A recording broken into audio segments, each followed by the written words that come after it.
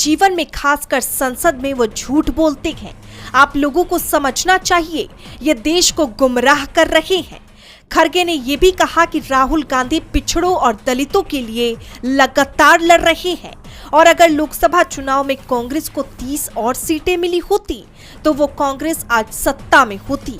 कांग्रेस को इस सम्मेलन में ओबीसी समुदाय के मिले समर्थन और राहुल खरगे के भाषण में मोदी सरकार की नींद उड़ाकर रखती है। कांग्रेस के तेवरों से साफ है कि मोदी सरकार की मनमानी चलने वाली नहीं है और इसका असर भी दिखाई दिया जब केंद्र सरकार के 2 मंत्री कांग्रेस अध्यक्ष मल्लिकार्जुन खरगे और राहुल गांधी से मिलने के लिए पहुंच गए। तो क्यों सरकार को पड़ी कांग्रेस की जरूरत, देखिए रिपोर्ट। जब से मोदी सरकार सत्ता में आई है उसके बाद से ये पहली बार है जब सबसे ज्यादा मजबूत विपक्ष है, जिसके चलते मोदी सरकार भी जानती है कि अब वो विपक्ष को नजरअंदाज नहीं कर सकती है।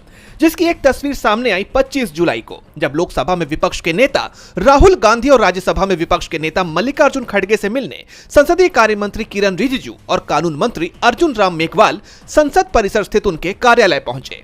दावा किया जा रहा है कि दोनों सदनों में विपक्ष के नेताओं से मोदी सरकार के मंत्री जस्टिस यशवंत वर्मा के खिलाफ महाभियोग के नोटिस को लेकर चर्चा करने पहुंचे। गौरतलब है कि लोकसभा में जस्टिस वर्मा के खिलाफ महाभियोग के नोटिस पर सरकार और विपक्ष दोनों ही पक्ष के सदस्यों के हस्ताक्षर हैं। हालांकि अभी तक इस नोटिस पर समाजवादी पार्टी और तृणमूल कांग्रेस के सदस्यों ने हस्ताक्षर नहीं किए हैं। कहा जा रहा है कि किरण रिजिजू और मेघवाल इस मुद्दे पर आगे की रूपरेखा को चर्चा करने पहुंचे हैं, क्योंकि सत्ता पक्ष अच्छी तरह जानता है कि वो बिना विपक्ष को साथ लिए इस मुद्दे पर आगे नहीं बढ़ सकता। इसलिए केंद्रीय मंत्री विपक्ष के नेताओं से मिलने पहुंचे। बता दें कि जस्टिस यशवंत वर्मा को हटाने की प्रक्रिया जल्द ही लोकसभा में शुरू की जाएगी। मिली जानकारी के मुताबिक लोकसभा स्पीकर ओम बिरला जल्द ही एक वैधानिक समिति के गठन का ऐलान भी कर सकते हैं। समिति उन आधारों की जांच करेगी जिन पर जस्टिस को हटाने की मांग की गई है।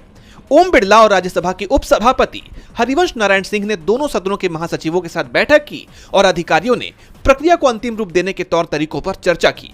बाद में केंद्रीय गृह मंत्री अमित शाह भी इस बैठक में शामिल हुए। कांग्रेस के दबाव में केंद्र की सरकार दिख रही है तो बिहार सरकार भी इंडिया गठबंधन के दबाव में दिखाई दे रही है। बिहार विधानमंडल के सत्र में कानून व्यवस्था और एसआईआर का मुद्दा सरकार पर भारी पड़ रहा है। इस बीच विधान परिषद में विपक्ष की नेता राबड़ी देवी ने तेजस्वी यादव की जान पर संकट को लेकर बड़ा दावा कर दिया है, जिससे बिहार की सियासत में हंगामा मच गया। देखेंगे रिपोर्ट में। बिहार में नीतीश सरकार के इस कार्यकाल में विधानमंडल का ये अंतिम सत्र काफी जोरदार रहा। विपक्ष की तरफ से प्रदेश की एनडीए सरकार पर जबरदस्त हमले किए गए। बिहार में चल रही एसआईआर प्रक्रिया के विरोध में विपक्ष लगातार काले कपड़ों में सदन पहुंच रहा है, जिस पर सीएम नीतीश कुमार का गुस्सा फूट पड़ा। उन्होंने कहा, आप भी कभी पहने थे, ये कपड़वा पहन के आते थे, वो उनको छोड़ दो तो जरा देख लीजिए सबका कपड़ा कैसा पहने हुए। नीतीश ने कहा कि ये लोग काले कपड़े पहने हुए हैं, उल्टा पलटा काम कर रहे हैं। उनके इस बयान में झुंझलाहट साफ दिखाई दे रही है कि कैसे विपक्ष के विरोध से नीतीश सरकार की परेशानी बढ़ती जा रही है। इस दौरान आरजेडी विधायक भाई वीरेंद्र ने सत्ताधारी दल के नेताओं पर तीखी टिप्पणी की। उन्होंने बीते दिन सदन में हुई हाथापाई का जिक्र करते हुए कहा कि जिस तरह कल बीजेपी के विधायक सदन में माइक तोड़कर हमारी तरफ दौड़े थे, अगर हम बीच बचाव नहीं करते तो सिर फट सकता था, चोट लग सकती थी।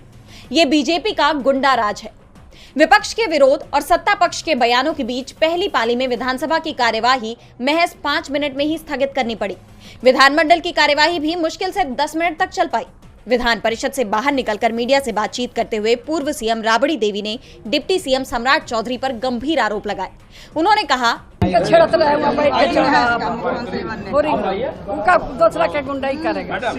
दरअसल बीते दिन सदन में सम्राट चौधरी ने आरजेडी नेता तेजस्वी यादव पर हमला करते हुए कहा था कि जिसका बाप अपराधी हो वो क्या बोलेगा, और अब राबड़ी देवी का ये पलटवार सामने आया है। इसके अलावा उन्होंने तेजस्वी की जान को खतरे का भी मुद्दा उठाया। अंतिम दिन भी सदन में काफी गहमा गहमी रही। लंच के बाद दोबारा शुरू हुई कार्यवाही भी मात्र 13 मिनट 43 सेकंड में अनिश्चित काल के लिए स्थगित कर दी गई। यानी बिहार विधानमंडल का ये मॉनसून सत्र हंगामे की भेंट चढ़ गया। एनडीए की सरकार केंद्र में हो या राज्य में मुश्किल में दिख रही है, तो मुश्किल में इस समय अमेरिका का दोस्त इजराइल भी दिख रहा है।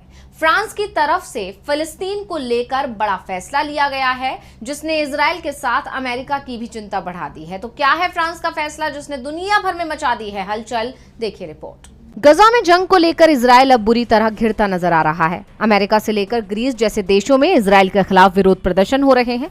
इस बीच फ्रांस ने इजराइल को बड़ा झटका देते हुए अहम घोषणा की है। फ्रांस के राष्ट्रपति इमैनुअल मैक्रो ने फिलिस्तीन को मान्यता देने का ऐलान किया है। उन्होंने कहा कि फ्रांस फिलिस्तीन को अलग देश के रूप में मान्यता देगा। सितंबर में संयुक्त राष्ट्र महासभा में इसका ऐलान होगा। आज सबसे जरूरी है कि गजा में युद्ध को रोका जाए और लोगों को बचाया जाए। ऐसा करने वाला फ्रांस पहला G7 राष्ट्र बन जाएगा। मैक्रो ने अपनी सोशल मीडिया पोस्ट में कहा कि हमें तत्काल सीज फायर, सभी बंधकों की रिहाई और गजा के लोगों के लिए बड़े पैमाने पर मानवीय सहायता की जरूरत है।